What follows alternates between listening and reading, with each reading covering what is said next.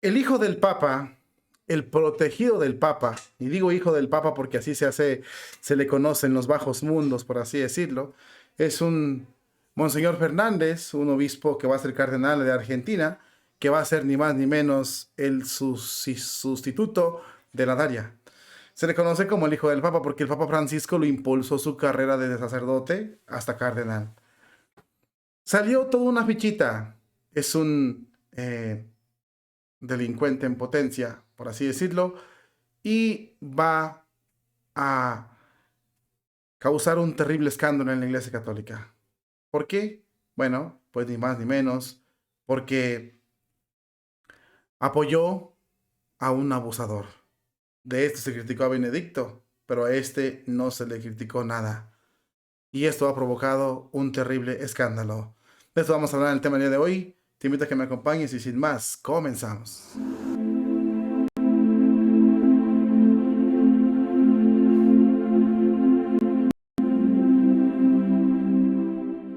Habemus Papam, Cardinalem Ratzinger.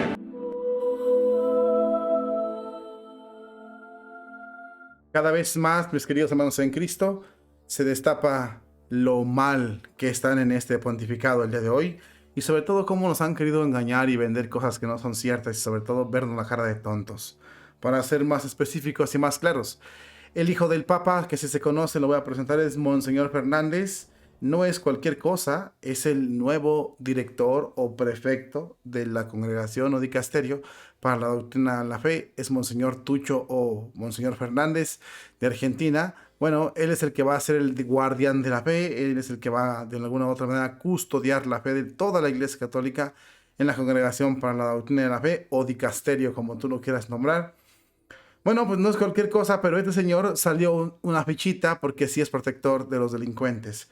Cosa que si hubiese sido Benedicto XVI, ya se lo hubieran de haber comido vivo. Y sobre todo, cosa que lo que critican ellos es lo que hacen. Y justamente pasa una cosa muy importante. Si eres amigo del Papa, todo puedes hacer.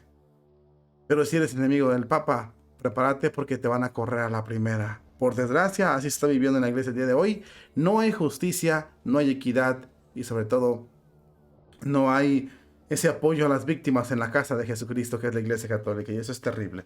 Fíjate bien lo que pasó. El prelado argentino, fíjate bien, es importante que digas esto, el prelado argentino será creado cardenal este sábado por el Papa Francisco, o sea, mañana, cosa que pretenden evitar un grupo de víctimas de abusos en Argentina. Fíjate muy bien, ¿sale?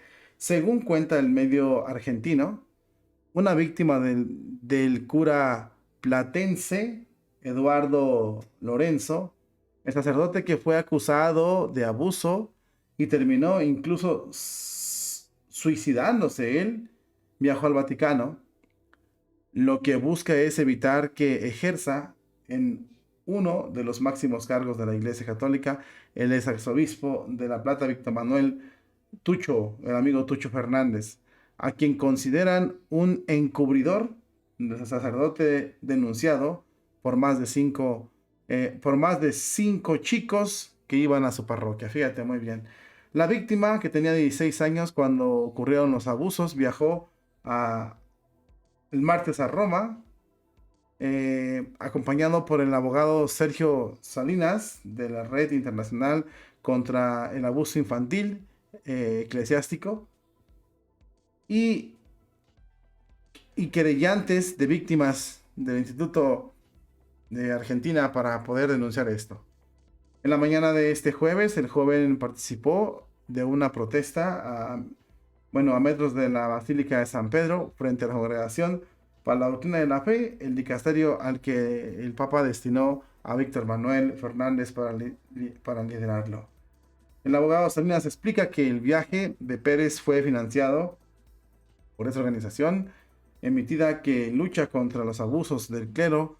Somos unos 30 personas desde distintos países que emigramos a esta red contra los abusos sexuales cometidos por sacerdotes y monjas. Detalló así horas antes de participar en esta protesta que nadie le hizo caso.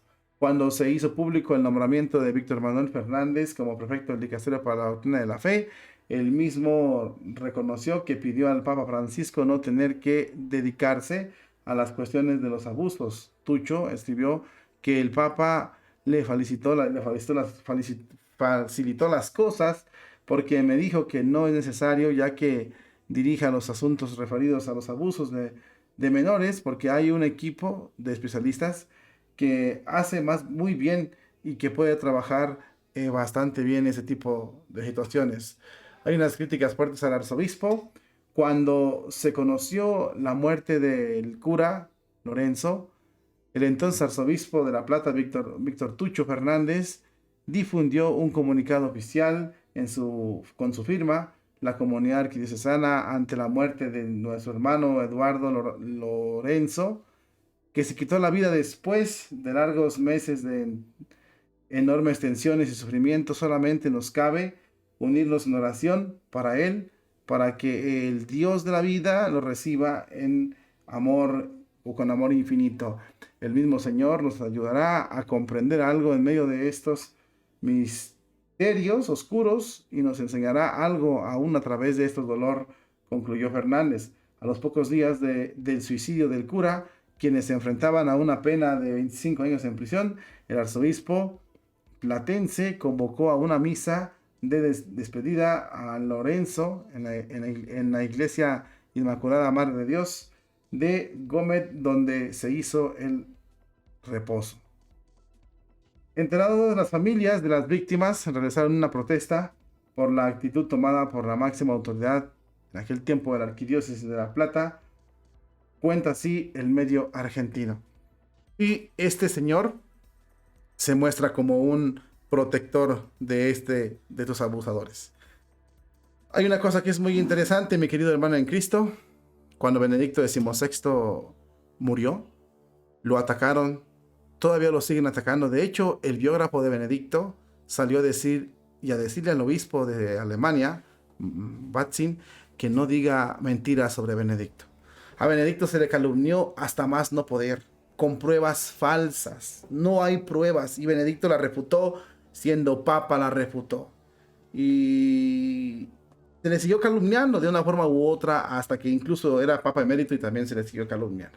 Más aún murió y se le siguió calumniando a Benedicto XVI por lo que por mal manejo supuestamente de abusos, ¿verdad? Todavía se muere Benedicto y lo siguen calumniando. Ahora tenemos a este amigo Tucho que está vivo y le acusan de que protegió delincuentes. El sacerdote Lorenzo, se llama así, se apellida Lorenzo, sí se llama, sí, es Lorenzo, de nombre Lorenzo. Bueno, este señor fue acusado por la justicia, ¿verdad?